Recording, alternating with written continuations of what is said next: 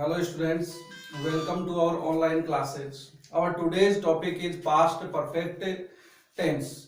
As we all know, what is perfect tense? Perfect tense that indicates an action, जो एक ऐसे कार्य को दर्शाता है an action was completed. जो ये दर्शाता है यानी past perfect tense indicates that an action was completed और फिनिश्ड, जो ये दर्शाता है कि कोई भी घटना जो है भूतकाल में अतीत में कंप्लीट हो चुकी है या फिर पूरी हो चुकी है। एट सम टाइम, अतीत के किसी समय पर, at some time in the past, भूतकाल के किसी समय में किसी बिंदु पर वो पूरी हो चुकी होती है। बिफोर समथिंग एल्स हैपन, उससे पहले कि कोई दूसरी घटना घटित हो, उससे पहले कोई दूसरी घटना घटित हो, उससे पहले वो घटना पूरी हो चुकी होती है। तो वो घटना हम किस टेंस में लिखते हैं? पास्ट परफेक्ट टेंस में। जैसा कि हम यहां पर देख रहे हैं कि I had never seen such a beautiful beach before I went to Goa. तो यहां पर इस वाक्य को अगर हम समझें तो यहां पर दे रखा है कि before I went to Goa, यानी जब तक ये घटना घटित नहीं हुई थी तो उससे पहले ये नहीं हुआ था। तो ये घटना जो है, ये घटना इससे पहले की है कि उसने गोवा कब, उसने बीच, इतने सुंदर बीच कब तक नहीं देखे थे? जब तक वो गोवा नहीं गया था। तो ये जो घटना है इस घटना के पहले की है। तो ये घटना बाद में घटित हुई और ये घटना पहले घटित हुई। तो जो घटना पहले घटित होती है वो सेंटेंस आपका पास्ट परफेक्ट टेंस में लिखा जाता है। As we all know, past perfect tense mostly Hindi वाक्य के अंत में क्या आता है? भाई चुका था, चुकी थी, या था, ये थी, या फिर ली थी या दी थी इत्यादि शब्द, यानी हिंदी वाक्य के अंत में अगर ये शब्द आते हैं तो भी वो वाक्य आपका पास्ट परफेक्ट टेंस का होगा। नेक्स्ट हम चर्चा करते हैं कि how can we form past perfect tense. तो पास्ट परफेक्ट टेंस फॉर्म करने के लिए, बनाने के लिए हमें काम में लेना पड़ता है हैड प्लस पास्ट पार्टिसिपल। तो पास्ट पार्टिसिपल, जैसा कि हम सभी जानते हैं कि पास्ट पार्टिसिपल का मतलब होता है वर्ब की थर्ड फॉर्म।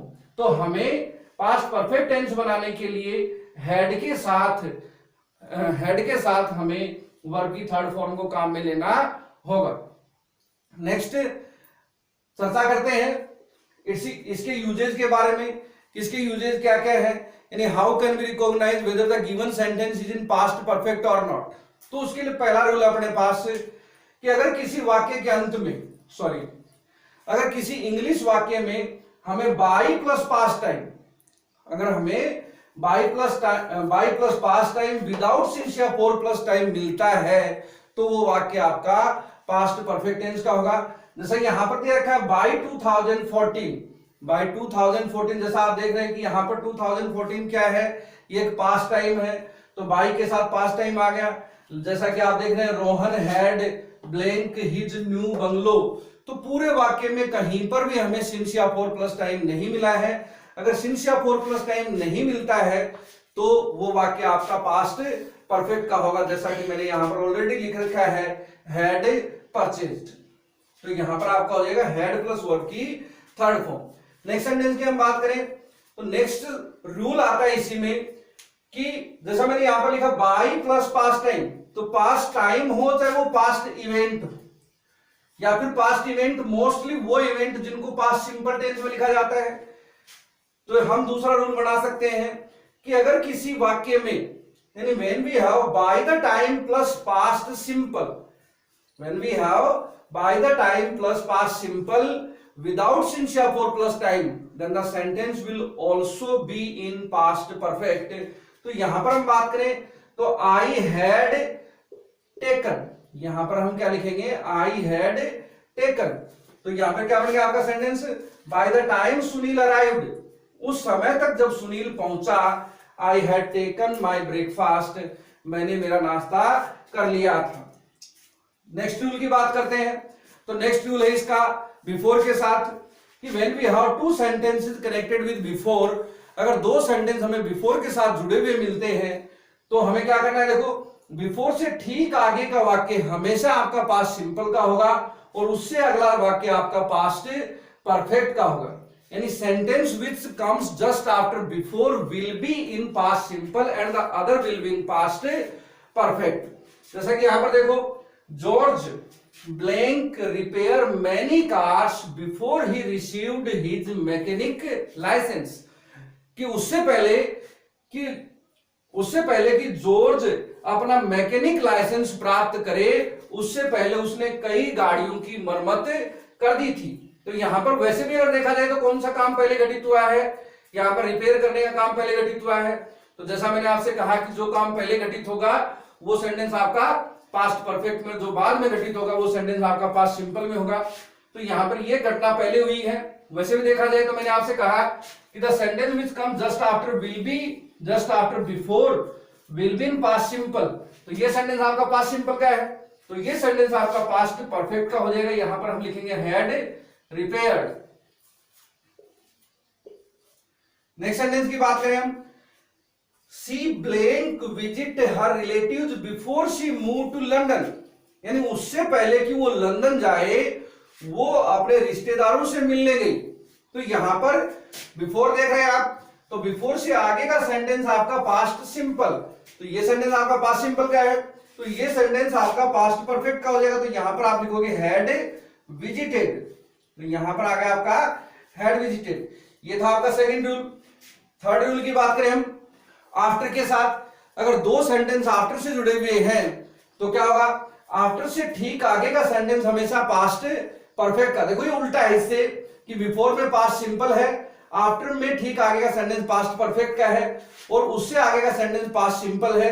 बिफोर में आगे का सेंटेंस जो था वो पास्ट परफेक्ट का था। तो यहां पर हम देखें, after the train blank derail the police blank arrive there. तो यहां पर after the train had derailed, कि ट्रेन के पटरी से उतर जाने के बाद वहां पर पुलिस आई। तो कौन सा काम पहले हुआ, तो काम पहले हुआ है ये, तो हम इसे लिखेंगे पास्ट परफेक्ट टेंस में। तो यहां पर आ जाएगा आपका हैड डिरेल्ड, और यहां पर आप लिखोगे अराइव्ड। नेक्स्ट सेंटेंस की बात करते हैं, after the parcel deliver he blank go back. तो यहां पर मैंने पहले से ही सेंटेंस को पैसिव सेंटेंस में ले लिया है, पैसिव फॉर्म में लिया है।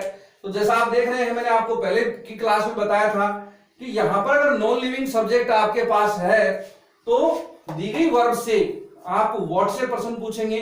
तो व्हाट डिलीवर, क्या डिलीवर किया गया, पार्सल, तो पार्सल को डिलीवर किया गया है। तो यहां पर पार्सल एक ऑब्जेक्ट है, और ऑब्जेक्ट अगर सब्जेक्ट के स्थान पर लिखा गया है तो वो वाक्य आपका पैसिव फॉर्म का है। और पैसिव फॉर्म का है तो पैसिव फॉर्म इसकी होगी हैड बीन प्लस वर्ब की थर्ड फॉर्म, तो यहां पर आप लिखोगे हैड डिलीवर्ड। और नेक्स्ट सेंटेंस जो है वो आपका एक्टिव में ही है, तो यहां पर आपका आ जाएगा वेंट। तो यहां पे बन गया कि after the parcel had been delivered he went back, यानी पार्सल दिए जाने के बाद वो वापस चला गया। नेक्स्ट चर्चा करते हैं हम, नेक्स्ट रूल है इसका unfulfilment condition. What is the mean of unfulfilment condition? Unfulfilment condition means होता है अपूर्णीय शर्त। अपूर्णीय शर्त ऐसी शर्तें जो कभी पूरी नहीं होती हो। तो इसके लिए हमें कैसे देखेंगे इसमें, कि अगर दो sentence, when we have two sentences connected with if, had, should और व्हेन, अगर इनसे जुड़ करके अगर दो वाक्य आते हैं तो उससे ठीक आगे का वाक्य आपका पास्ट परफेक्ट का हो सकता है। लेकिन कब होगा वो, अगर दूसरे वाक्य में आपको कुड, वुड या फिर have, could, would plus have plus verb की थर्ड फॉर्म अगर मिलती है तो वो वाक्य आपका, ये वाक्य जो आपका पास्ट परफेक्ट का हो जाएगा। देखो किस प्रकार से,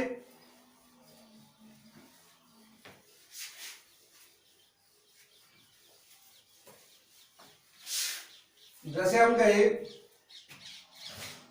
if he blank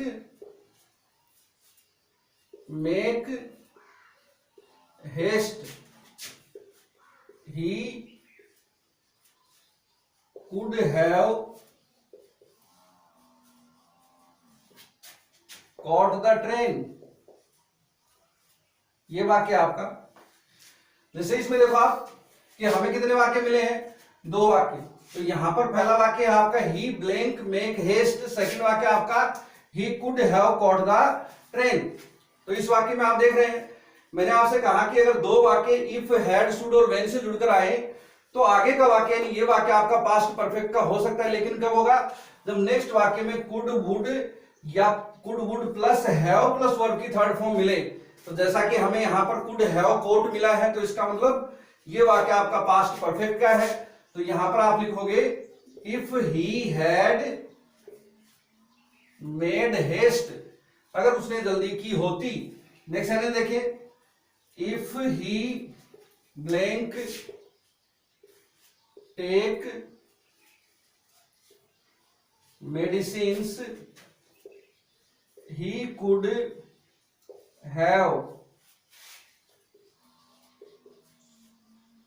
recovered soon. ये वाक्य आपका।